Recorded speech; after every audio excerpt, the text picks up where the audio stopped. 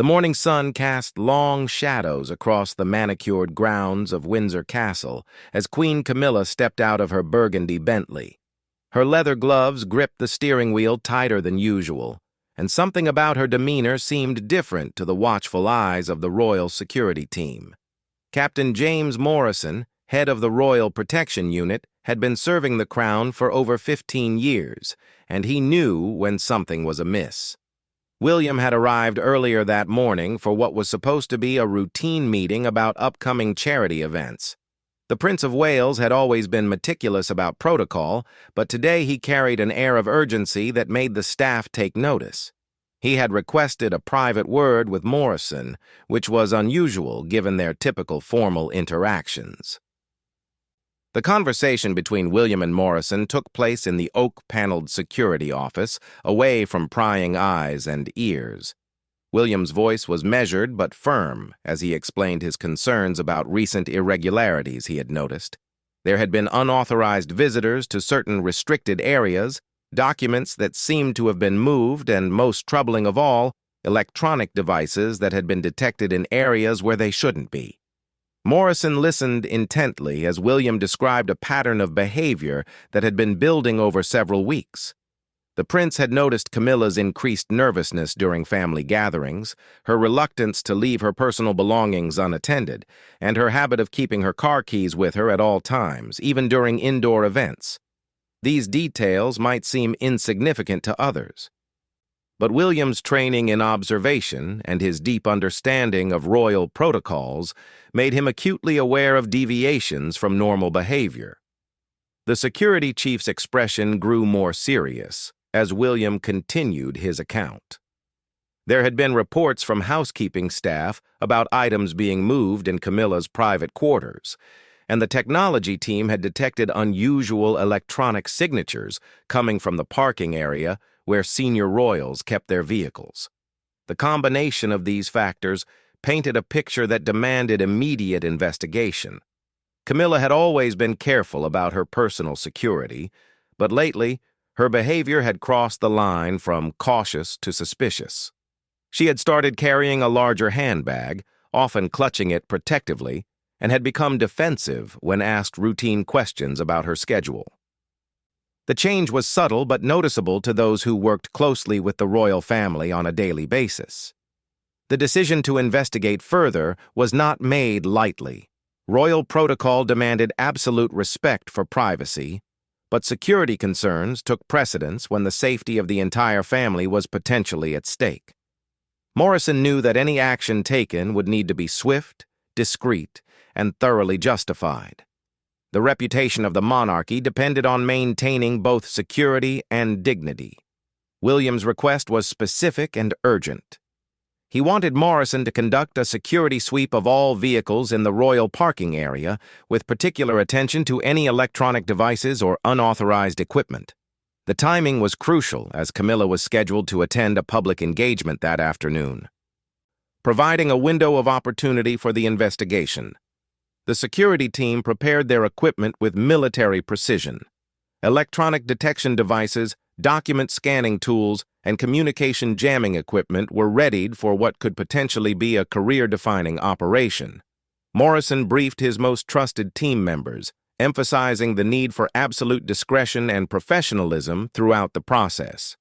As the investigation began, Morrison couldn't help but reflect on the gravity of the situation. In his years of service, he had dealt with external threats, media intrusions, and security breaches, but never had he been asked to investigate a member of the royal family themselves. The weight of responsibility was enormous, knowing that the wrong move could create a scandal that would rock the monarchy to its core. The team approached Camilla's vehicle with systematic thoroughness. The exterior inspection revealed nothing unusual, but as they prepared to examine the interior, Morrison noticed something that made his pulse quicken. The glove compartment, typically a mundane storage space for vehicle documents and emergency supplies, seemed to have additional weight when he opened it. The contents appeared normal at first glance, but his trained eye detected irregularities that warranted closer examination. What Morrison discovered in that glove compartment would change everything. Hidden beneath the standard vehicle registration and insurance documents was sophisticated recording equipment, the type typically used by intelligence agencies or investigative journalists. The devices were small but powerful, capable of capturing conversations and transmitting data to external sources. The implications were staggering and would require immediate action. The evidence was carefully documented and secured according to protocol. Morrison knew that the next few hours would be critical in determining how this situation would unfold. The discovery raised questions that went far beyond simple security concerns and touched on issues of trust, loyalty, and the very foundations of royal privacy and protection. The discovery of the recording equipment sent shockwaves through the security team. Morrison immediately secured the area and contacted his superior officers, knowing that the situation had escalated far beyond a routine security check. The sophisticated nature of the devices suggested this was not an amateur operation, and the potential for damage to the royal family's privacy and security was immense. William was informed of the findings within the hour. His reaction was a mixture of vindication and deep concern. The prince had suspected something was wrong, but the reality of the situation exceeded even his worst fears. The equipment found in Camilla's vehicle was capable of recording conversations from up to 50 feet away and transmitting data in real time to unknown recipients. The breach of family privacy was unprecedented in modern royal history. The technical analysis of the devices revealed even more troubling information. The equipment had been active for several weeks, possibly longer, and had been programmed to automatically record during specific time periods that coincided with family meetings and private conversations. The data storage capacity suggested that hours of intimate family discussions had potentially been captured and transmitted to parties unknown. Morrison faced an immediate dilemma about how to proceed. Royal protocol required that Camilla be given the opportunity to explain the presence of the equipment, but security concerns demanded that she be isolated until the full extent of the breach could be determined. The decision was made to intercept her before she could return to her vehicle or potentially alert any outside contacts about the discovery. The confrontation took place in the castle's private library, a room chosen for its soundproofing and privacy. Morrison, accompanied by William and two senior security officers, waited as Camilla was discreetly escorted from her scheduled engagement. Her initial confusion quickly turned to defensive anger when she realized the nature of the meeting and saw the evidence laid out on the mahogany table. Camilla's explanation was initially evasive and contradictory. She claimed ignorance about the equipment, suggesting it might have been planted by hostile elements seeking to frame her. However, the technical evidence painted a different picture. The devices had been professionally installed and required intimate knowledge of the vehicle's electrical system to operate effectively. This was not the work of an external saboteur, but someone with regular, unsupervised access to the car. As the questioning continued, inconsistencies in Camilla's story became more apparent. She struggled to explain why she had been carrying additional electronic devices in her personal handbag, items that matched the frequency signatures detected by the security team. The weight of evidence was overwhelming, and her defensive posture gradually gave way to resignation. The breakthrough came when Morrison presented phone records that showed regular contact with numbers linked to media organizations and private investigation firms. The pattern of calls corresponded directly with family events and private meetings, suggesting a systematic effort to gather and sell private information about the royal family's activities and conversations. William's disappointment was palpable as the full scope of the betrayal became clear.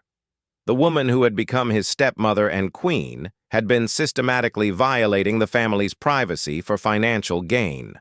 The recordings captured intimate conversations about family health issues, private disagreements, and sensitive discussions about the future of the monarchy that were never meant for public consumption. The evidence revealed a sophisticated operation that had been months in the planning.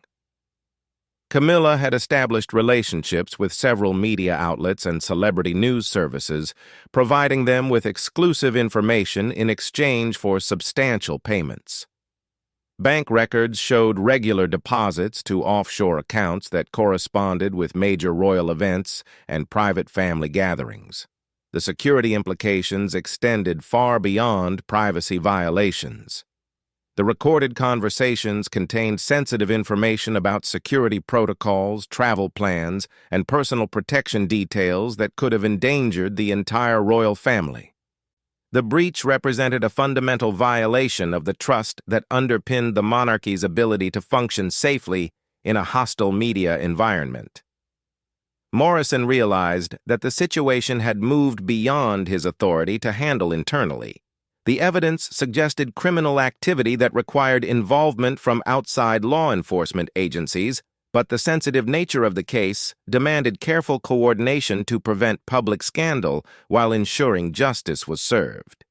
The decision was made to place Camilla under discreet house arrest while a full investigation could be completed. Her access to communication devices was suspended, and her movements were restricted to prevent any possibility of evidence destruction or contact with outside conspirators. The gravity of the situation required extraordinary measures that had never before been used against a sitting queen. As word of the investigation spread through the senior royal household staff, the shock and disbelief were evident. Camilla had been trusted with the most intimate secrets of the royal family, and her betrayal represented a fundamental breach of the loyalty that held the institution together. The implications for the monarchy's future were profound and would require careful management to prevent lasting damage. The evidence collected painted a picture of systematic deception and greed that had put the entire royal family at risk.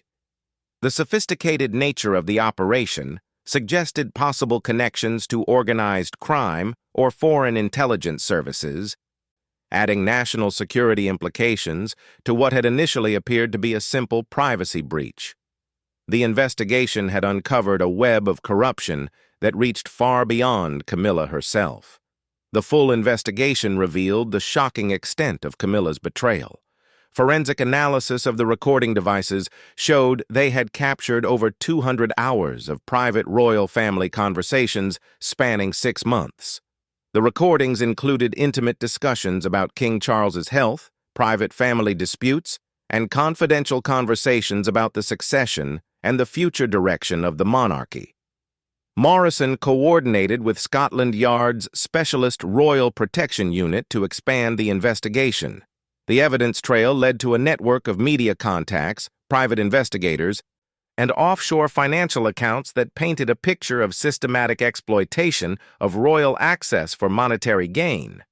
The Queen had received over £2 million in payments for information that had been published in various tabloid newspapers and celebrity magazines. The confrontation with the broader royal family was inevitable and devastating.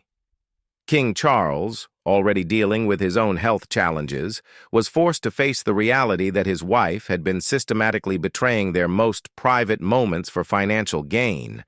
The impact on the monarch's health was immediate and concerning, requiring additional medical supervision during this stressful period.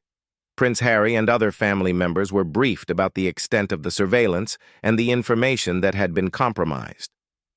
Personal conversations about their children, their relationships, and their struggles with public life had all been recorded and potentially sold to the highest bidder.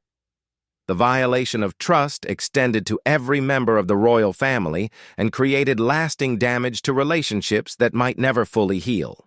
The legal proceedings moved swiftly but quietly. Camilla was formally charged with conspiracy, fraud, and violations of the Official Secrets Act.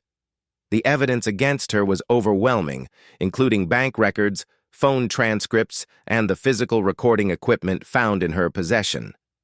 Her legal team initially attempted to claim she was being blackmailed, but this defense crumbled when investigators found evidence of her voluntary participation in planning and executing the surveillance operation. Morrison found himself at the center of unprecedented legal proceedings. Royal protection officers had never before been required to testify against a sitting queen, and the case required careful coordination between the royal household, law enforcement, and the legal system. The challenge was to ensure justice while maintaining the dignity and security of the monarchy during this unprecedented crisis. The media management aspect of the crisis proved almost as challenging as the investigation itself.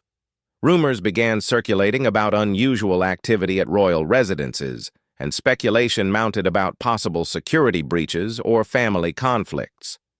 The royal communications team worked around the clock to manage the information flow while the investigation continued in secret.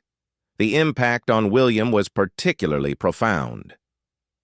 His decision to raise concerns about Camilla's behavior had been vindicated, but the personal cost was enormous.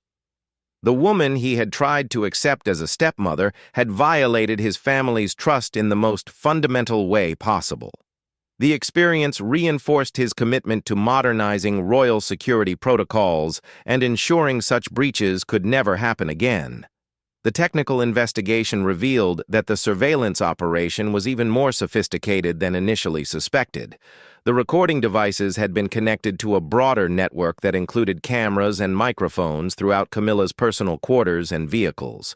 The operation had the hallmarks of professional intelligence gathering, suggesting possible involvement by foreign powers or criminal organizations seeking leverage over the British royal family. As the evidence mounted, Camilla's position became increasingly untenable. The palace legal team worked to negotiate a resolution that would minimize damage to the monarchy while ensuring appropriate consequences for the betrayal. The challenge was balancing the need for justice with the practical requirements of maintaining royal dignity and security during the transition period. The final resolution came through a combination of legal and constitutional measures. Camilla agreed to abdicate her royal titles and accept exile from the United Kingdom in exchange for a reduced sentence and protection from potential retaliation by her former criminal associates. The arrangement allowed the monarchy to move forward while ensuring that justice was served and the full extent of the betrayal was acknowledged. Morrison's role in uncovering the plot earned him recognition within the security services, but the personal cost was significant. The investigation had required him to take extraordinary measures against a member of the royal family, challenging traditional protocols and creating new precedents for handling internal security threats. The experience fundamentally changed how the Royal Protection Unit approached their responsibilities and the threats they were prepared to face. The aftermath of the investigation led to comprehensive reforms in royal security protocols. New screening procedures were implemented for all family members and their associates, and electronic surveillance systems were upgraded to detect unauthorized recording devices. The monarchy had learned hard lessons about the importance of internal security and the need to protect against threats from within their own ranks. The scandal's resolution marked the end of one of the most serious internal security breaches in modern royal history. William's courage in raising concerns had prevented even greater damage to the family and the institution of the monarchy. The investigation had shown that no one was above suspicion when it came to protecting the royal family's security and privacy, and the measures put in place would help ensure such betrayals could never happen again. The Royal Guard's difficult decision to call security had ultimately saved the monarchy from an even greater crisis. The discovery of the surveillance equipment and the subsequent investigation had exposed a web of corruption and betrayal that could have destroyed the institution's credibility and endangered the lives of its members. Justice had been served, and the royal family could begin the process of healing and rebuilding trust in a new era of enhanced security and vigilance.